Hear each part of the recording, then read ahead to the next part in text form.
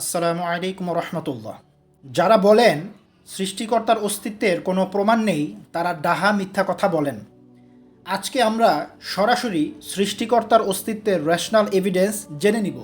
মহাবিশ্ব তৈরি হতে বা অস্তিত্বে আসতে যতগুলো সম্ভাব্য কারণ থাকতে পারে, আমরা সবগুলো একে একে পরীক্ষা করে দেখব কোন কারণটি সত্য আর কোন কারণটি মিথ্যা।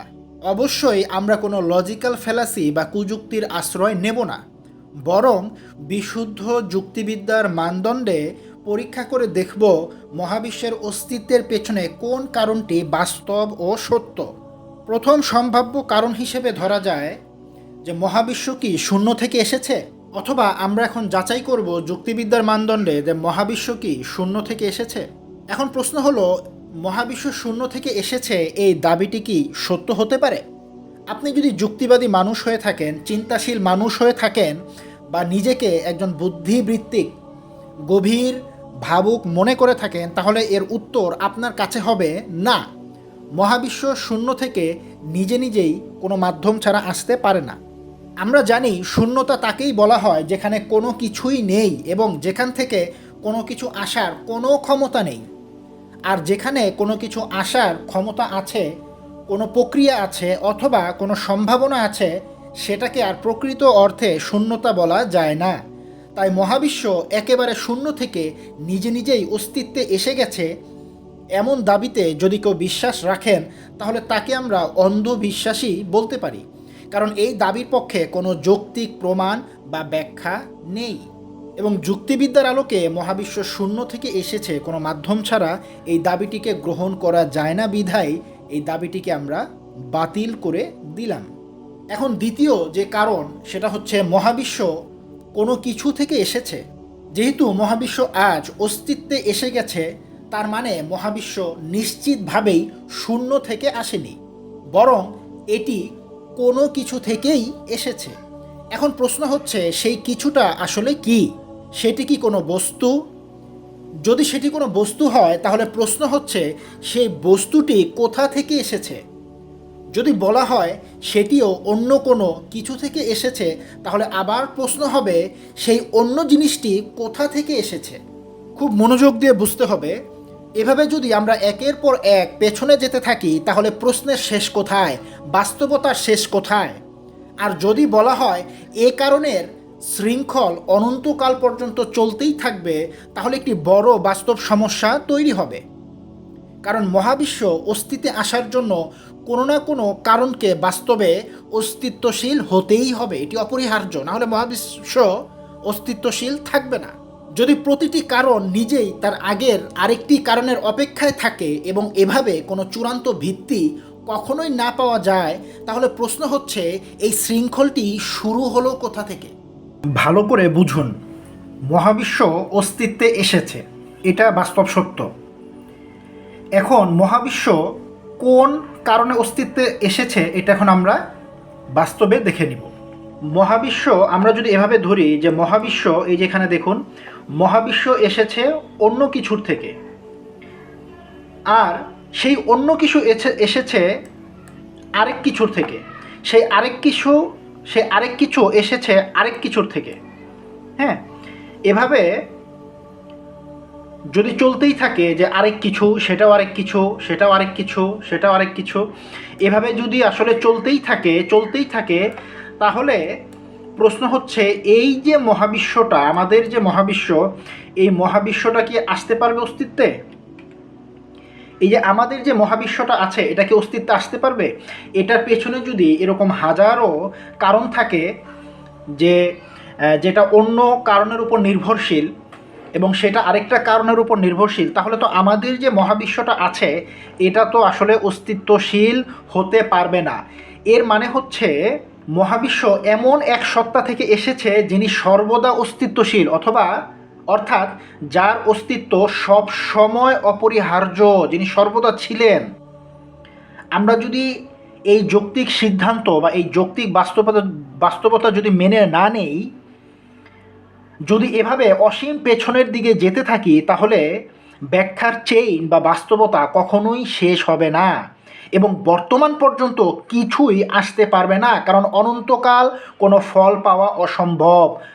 তাই যেহেতু মহাবিশ্ব অস্তিত্বে এসে পড়েছে, এর মানে হচ্ছে অনন্তকাল কোনো অসীম পর্যন্ত কারণ বা এমন কারণ মহাবিশ্বর পেছনে ছিল না যেটা অন্য কোনো কিছুর ওপর নির্ভরশীল।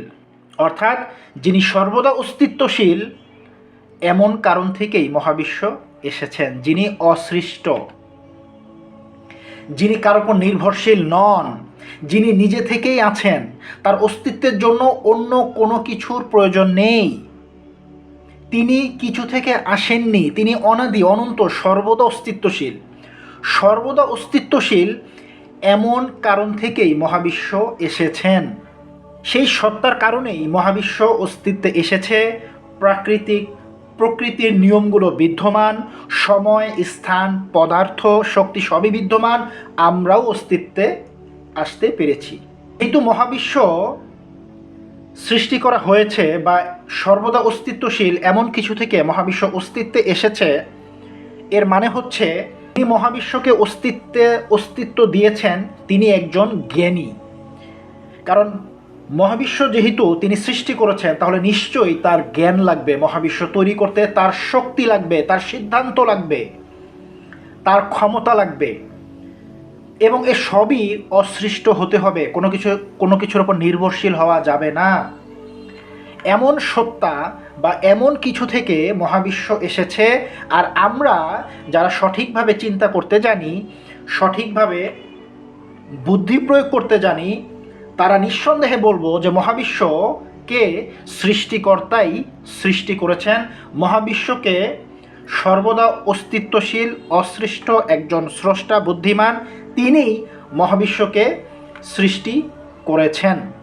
তাহলে আমরা অন্তত এতটুকু নিশ্চিতভাবে বলতে পারি যে মহাবিশ্বকে এমন এক সত্তা অস্তিত্বে এনেছেন, যিনি নিজে কোনো সৃষ্ট বস্তুর মতো অস্তিত্বে আসেননি, বরং আসলে তার ক্ষেত্রে অস্তিত্বে আসা কথাটি মানায় না, কারণ তিনি সর্বদা অস্তিত্বশীল। তাই যখন কোনো মানুষ প্রশ্ন করেন সৃষ্টিকর্তাকে, তাহলে কে সৃষ্টি করেছেন, তিনি আসলে এই বুদ্ধিবৃত্তিক বাস্তবতার সত্যতাগুলো আসলে বুঝতে পারেননি বিধায়ী তিনি প্রশ্ন করছেন সৃষ্টিকর্তাকে কে সৃষ্টি করেছে। সৃষ্টিকর্তাকে যদি কেউ সৃষ্টি করতো, তাহলে তো তিনি সৃষ্টিকর্তা হতেনই না, কারণ সমস্ত সৃষ্টিজগৎ তার কারণেই অস্তিত্বশীল হতে পেরেছে। অনেকের কাছে যখন এই সত্যগুলো স্পষ্ট হয়ে যায়, তখন নানার কুযুক্তির আশ্রয় প্রদান করা হয়। অনেকে মনে করে থাকে যে এই যে কার্যকারণ, এটা তো মহাবিশ্বের ভেতরের নীতি, মহাবিশ্বের বাইরে তো আমরা আসলে কেউই যে দেখিনি যে সেখানে আসলে কি ঘটেছিল। যারা এই শর্ত দিয়ে সৃষ্টিকর্তার অস্তিত্বকে অস্বীকার করতে চান, তাদের কাছে প্রশ্ন হয়েছে, আপনি কি নিজে মহাবিশ্বের বাইরে গিয়ে দেখে এসেছেন যে সেখানে কেউই নেই? যদি আপনি বা বিজ্ঞানীগণ মহাবিশ্বের বাইরে গিয়ে সরাসরি রকেটে করে কোনো ভিডিও রেকর্ড দেখাতে পারেনি আপনার শর্ত মোতাবেক, তাহলে আপনি কিভাবে এই শর্তটি আমাদের ওপর চাপিয়ে দিচ্ছেন? কারণ যে শর্ত আপনি নিজেই পূরণ করতে পারবেন না, সেটা কেন আপনি আমাদের ওপর চাপিয়ে দিচ্ছেন? কারণ আপনি শর্ত দিয়েছেন যে যেহেতু আমরা মহাবিশ্বের বাইরে গিয়ে দেখে আসিনি যে সেখানে আসলে কি নিয়ম চলেছে বা আদৌ মহাবিশ্বের ভেতরের নিয়ম বাইরে চলে কিনা, তাই সৃষ্টিকর্তা বলে কেউ নাই। কিন্তু আপনি নিজেই তো মহাবিশ্বের বাইরে গিয়ে দেখে আসেননি যে সেখানে কিছু আছে কি নাই। তাহলে যেটা আপনি নিজে করেননি সেটা অন্যের উপর চাপিয়ে দেওয়াটা অন্যায়, জুলুম, অমানবিক, অযৌক্তিক, অবাস্তব।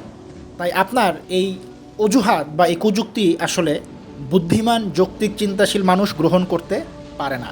তাহলে উপসংহারে আমরা কি বুঝলাম, আমরা কি দেখলাম? আমরা দেখলাম মহাবিশ্বের অস্তিত্বের সম্ভাব্য কারণ আমরা যুক্তির মানদণ্ডে পরীক্ষা করে দেখলাম। প্রথমত, মহাবিশ্ব একেবারে শূন্য থেকে নিজে নিজে অস্তিত্ব এসেছে এই দাবি যৌক্তিকভাবে গ্রহণযোগ্য নয়, তাই এটি বাতিল করে দিলাম আমরা। কারণ প্রকৃত শূন্যতার মধ্যে কোনো কিছু সৃষ্টি হওয়ার ক্ষমতা, শক্তি বা কারণ থাকার কথা নয়। আর যদি কোনো ক্ষমতা বা কারণ থেকেই থাকে, তাহলে সেটি আর শূন্যতা নয়। দ্বিতীয়ত, যদি মহাবিশ্ব কোনো বস্তু বা অন্য কোনো নির্ভরশীল জিনিস থেকে এসে থাকে, তাহলে প্রশ্ন আসবে সেই জিনিসটি কোথা থেকে এলো। এভাবে যদি প্রতিটি জিনিস তার অস্তিত্বের জন্য অন্য কোনো কিছুর ওপর নির্ভরশীল হয়, তাহলে শেষ পর্যন্ত এমন একটি বাস্তবতার প্রয়োজন হবেই যা নিজে অন্য কিছুর ওপর নির্ভরশীল নয় বা সর্বদা অস্তিত্বশীল। আর যদি সর্বদা অস্তিত্বশীল কিছু না থাকে, তাহলে আমাদের মহাবিশ্ব অস্তিত্বে আসবে না, যেটা আমরা আগেই উদাহরণ দেখে নিলাম। অর্থাৎ বিশুদ্ধ যুক্তি, সঠিক যুক্তি আমাদের এমন এক সত্তার দিকে নিয়ে যায় যিনি নিজে সৃষ্ট নন, যিনি কারো কাছ থেকে অস্তিত্ব লাভ করেননি, যিনি সর্বদা অস্তিত্বশীল এবং যার ওপর অন্য সব নির্ভরশীল বস্তুর অস্তিত্ব শেষ পর্যন্ত নির্ভরশীল। এখন কেউ যদি বলেন সৃষ্টিকর্তার অস্তিত্বের কোনো রেশনাল এভিডেন্স নেই, তাহলে প্রশ্ন হলো মহাবিশ্বের অস্তিত্বের এই চূড়ান্ত ব্যাখ্যা তিনি কিভাবে করবেন? কারণ বাস্তব সত্য আমরা সবাই তো জানলাম, দেখলাম, বুঝলাম। মহাবিশ্ব আছে, এটি একটি বাস্তব সত্য। আর এই মহাবিশ্বের অস্তিত্বের জন্য আমরা যতগুলো সম্ভাব্য ব্যাখ্যা পরীক্ষা করলাম, শেষ পর্যন্ত যুক্তি আমাদের এমন একটি স্বয়ং অস্তিত্বশীল ও অনির্ভরশীল সত্তার দিকেই কিন্তু নিয়ে যাচ্ছে। সুতরাং স্রষ্টার অস্তিত্ব শুধু অন্ধবিশ্বাসের নাম নয়, বরং স্রষ্টার অস্তিত্ব প্রমাণিত বাস্তব সত্য এবং একটা রেশনাল এভিডেন্স আমরা দেখলাম, বুঝলাম, শুনলাম। এখন এই সত্য যদি কারো অন্ধবিশ্বাসের বিপক্ষে যায় আর সে যদি নানান অজুহাত বা নানান কুযুক্তি তুলে ধরে বা বলে স্রষ্টার অস্তিত্ব নেই, তাহলে আসলে তার এই অন্ধবিশ্বাসের পক্ষে সত্য মিথ্যার প্রমাণ তাকেই পেশ করতে হবে, সেটার দায়ভার আমাদের না।